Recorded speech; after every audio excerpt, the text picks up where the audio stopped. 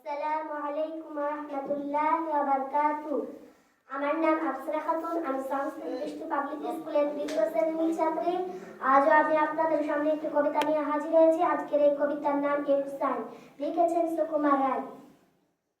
শিব ঠাকুরের আপন দেশে আইন কানুন সর্বনাশে, কেউ যদি যায় পিছলে পড়ে, পয়দা এসে পাকড়ি ধরে, কাজের কাছে হয় বিচার 21 টাকা দণ্ডতা, সেথায় সন্ধে 6টার আগে।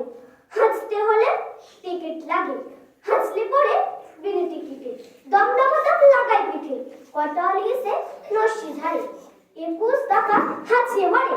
কারো যদি দাঁতটি নড়ে 4 টাকা মাসুল ধরে, কারোর যদি গপ্প যায় 100 আনা ট্যাক্স চায়, খুঁচিয়ে পিঠে বুঝিয়ে ঘাট সেলাম ঠকায় 21 বার।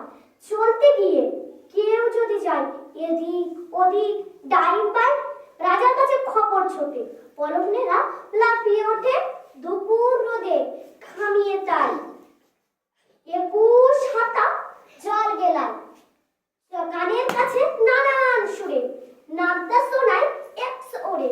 সামনে রেখে মুদির খাতা হিসেব বসায় 21 পাতা। হঠাৎ সেটা রাত দুপুরে, নাক ডাকলে ঘুমের ঘরে, মাথায় ঘেসে